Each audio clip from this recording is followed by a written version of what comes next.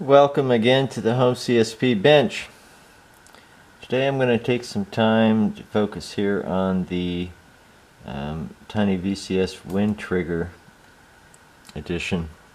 So this board, this voltage controlled switch, has been optimized for use with the analog output anemometer, and we're happy to now be carrying these in the Home CSP store. We can help provide a complete solution for your tracking needs. So with this, we can trigger the park input of our track and park boards to move our solar array to a safe position during high wind conditions. So I've got this unit connected with some 12 volt power here. These clips, I'm using the ground through here on the black of the anemometer. That's ground. The blue is connected, the signal connected to the input, and I'm bridging the 12 volt here to supply to the anemometer's power supply. And I was inspired by some features I added to the Darkstar controller, a peak and an average wind speed learning mode, and I figured out I could go ahead and add those to this board as well. And so I'm gonna show how those functions operate. Before I start though, I'll just take a moment here and go over some of the features of the board. This is the power input. This is the signal output, trigger output. This is the input.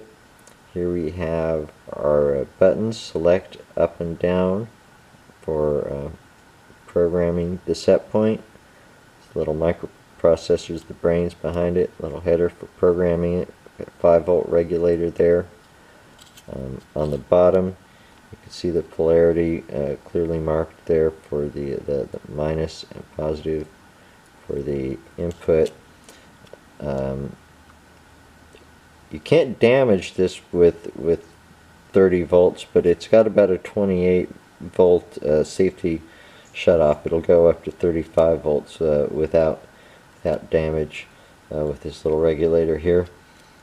And this transistor provides up to about 2 amps power switched output, and this header right now it's in the 5 volt position. We could slide that over and that'll switch the output between our input voltage or the 5 volt regulated, which obviously won't really do 2 amps, but and we've got a mounting hole in this corner as well as there to help fasten it down. There's a blue LED indicator here for the power, green LED indicator for the output, and we've got 2 indicator LEDs here that are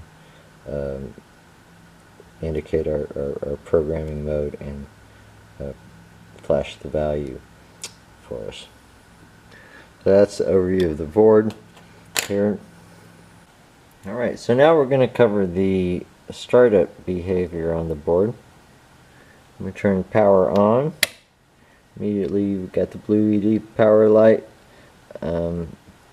Function set LEDs flash about 10 times, and then it displays the current value of the input. So we've got a 0.123,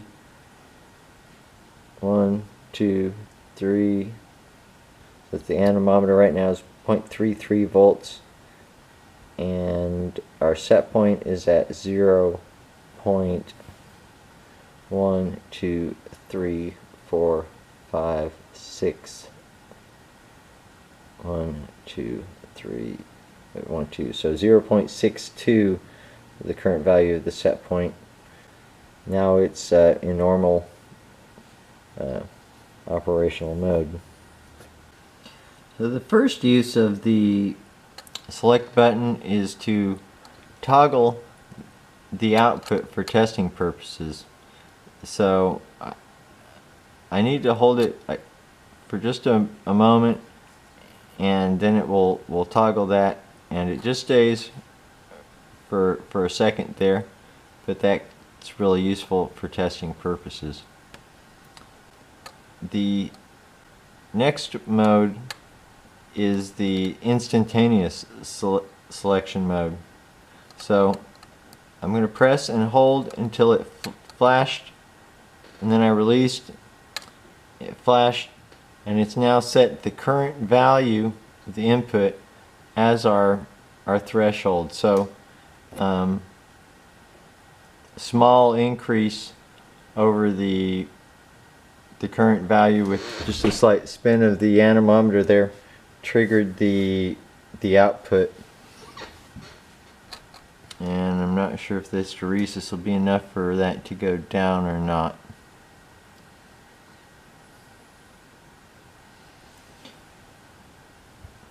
So the next mode is the learning mode. So I'm going to hold it down. It had the little flash. Now it comes on, stays solid. I release it, flash a couple of times, but now it stays on solid. Now we're in the program mode, so I can increment it up. I can also increment down. If I hold it down, it increments up faster. I'm going to wait now for about 10-15 seconds, and it's going to display the value that we've got it at currently.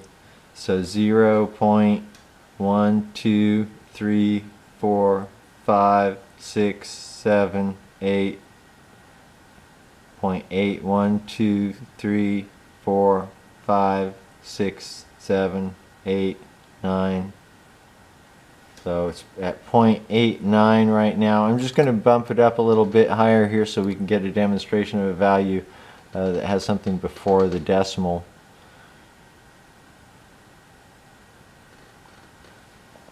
So we had a quick flash, solid flash, so that's the 1.12, 3, 1.3, 1, 2, 3, 4, 5, 6, 7, 8.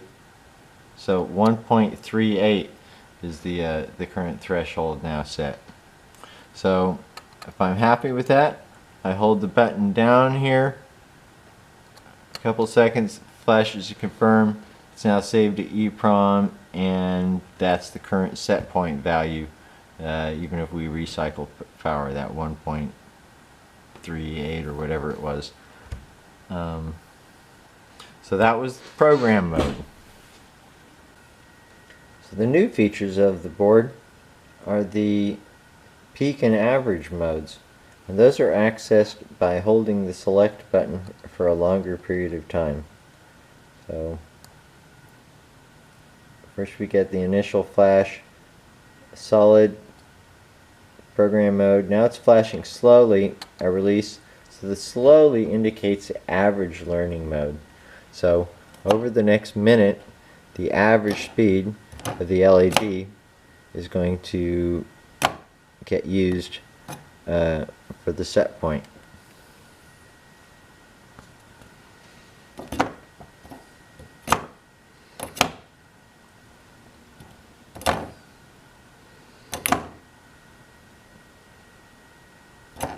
So keeping spinning it here, keep a good fast gust in there, let it wind down.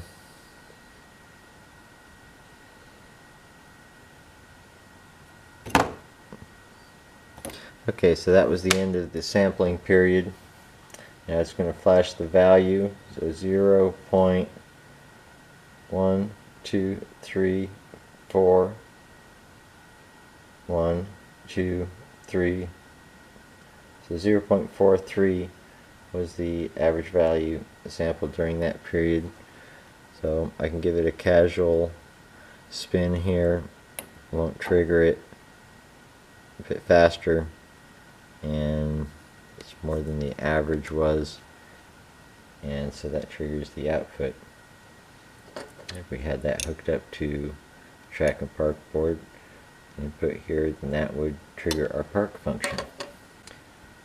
The The last mode is the peak mode, and we hold the button for an even longer period.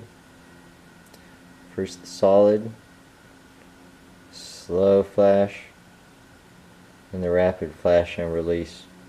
If I'd held it even longer, it would have canceled out. Wouldn't do anything. So now it's going to take the peak over the next 60-second cycle.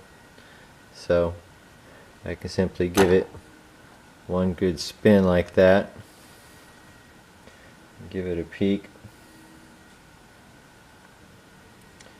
So this worked really well on a gusty day. Not, obviously we might use the average if it was more of a sustained wind condition. If we had gustier conditions, I could use the maximum function here and just catch a satisfactory gust that shook my array and use that as a reference for when to go to the park position.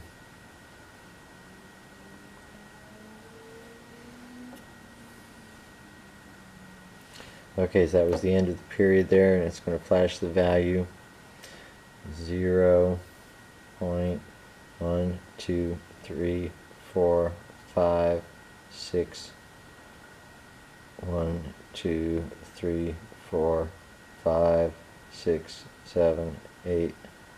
So I got a 0.68 out of that one big gust that I simulated.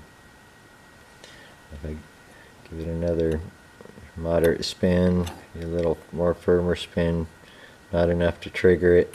If I give it a really firm spin, top that value with the LED. So there we've got a range of programming modes that make it really easy to configure this, as wind conditions are often very subjective.